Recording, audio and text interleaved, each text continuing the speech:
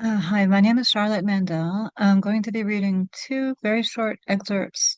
The first one is from my forthcoming translation of Proust's À l'ombre des jeunes filles en fleurs. It's being published by Oxford World Classics next spring, March, I think. And then the second one is from Déserté by Mathias Hénard, which I'm calling The Deserters. And that's also next spring from Fitzcarraldo and New Directions. So I'm going to start with the Proust. I'm calling it In the Shadow of Girls in Blossom. The narrator is on a carriage with an older woman named Madame de Villeparisis.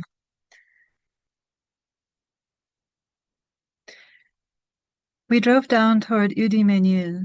All of a sudden, I was flooded with a profound happiness, the like of which I hadn't often felt since Cambrai, a happiness similar to the one produced by, among other things, the steeples of Martinville. But this time it remained incomplete. I'd just seen, set back from the cambered road we were following, three trees which must have served as an entrance to a shaded lane, and which made a pattern that I wasn't seeing for the first time. I couldn't manage to recall the place from which they had been, as it were, removed, but I sensed it had been familiar to me once, and as my mind lurched between some distant year and the present moment, Baalbek and its surroundings wavered, and I wondered whether this entire outing wasn't fictional. Baalbek, a place I'd never visited except in my imagination, Madame de Villeparisis, a character in a novel, and the three old trees, the reality you rediscover when you lift your eyes from the book you are reading, a book describing an environment into which you'd come to believe you had in fact been transported. I looked at the three trees. I could see them clearly, but my mind felt they were concealing something it couldn't grasp, like those things placed so far away that when we reach out our arm, our outstretched fingers merely brush against their surface, but grasp only thin air. And so we take a deep breath for a moment before we fling our arm forward with renewed vigor and try to extend our reach.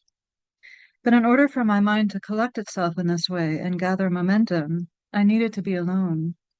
How I'd have liked to wander off as I used to on my walks by the Guermantes way when I broke away from my parents. It even seemed imperative I do so now. I recognized that kind of pleasure which, though it requires a certain amount of effort on the part of the mind, dissipates the allure of the laziness that would incline us to give it up.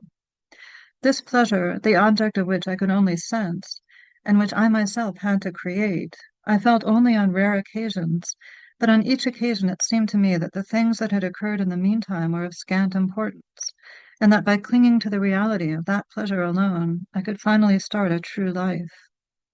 I placed my hand over my eyes for a moment so that I could close them without Madame de Villeparisis noticing. I remained like that, not thinking of anything, and then when my thoughts were gathered and renewed, I leapt even further forward towards the trees, or rather further inward, towards the place where I could see them inside me. Again I sensed behind them the same object, known yet vague, which I couldn't bring nearer, and yet as the carriage advanced I could see all three of them coming closer. Where had I seen them before? There was no place around Combray where a lane opened in this way, nor was there any room for such a lane in the site they reminded me of, the German countryside I'd visited one year with my grandmother to take the waters.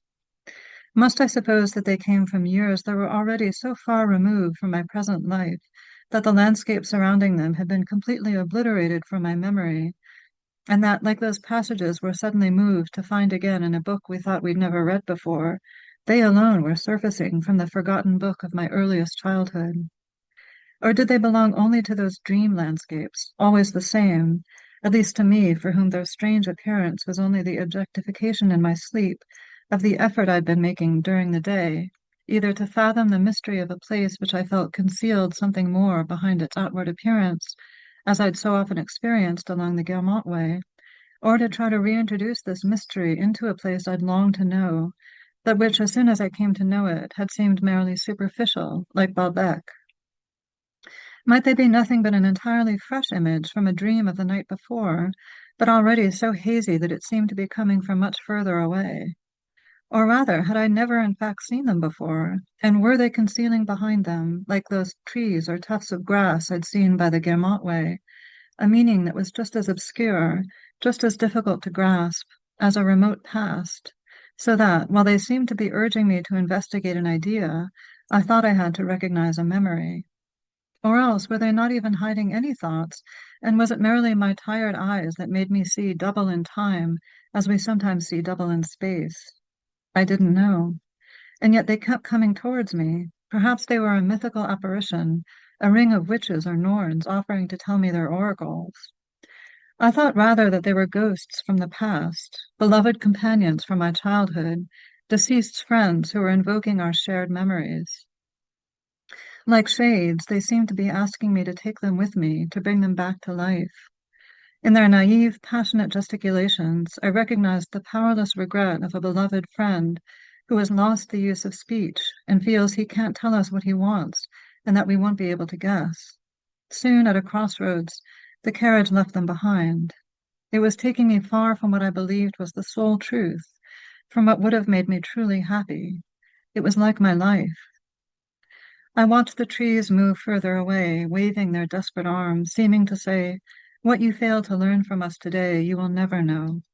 If you let us drop back into the depths of this path from which we were striving to reach you, a whole part of yourself which we were bringing to you will fall forever into nothingness." And in fact, though later on I did once again find the sort of pleasure and anxiety I had just felt, and though one evening, too late, but then for all time, I attained it, I never found out what those trees had wanted to convey to me or where I'd seen them before. And when, the carriage having turned a corner, I could no longer see them behind me, as Madame de Villeparisis was asking me why I was looking so pensive, I was as sad as if I had just lost a friend, or felt something die in myself, or betrayed the dead, or denied a God.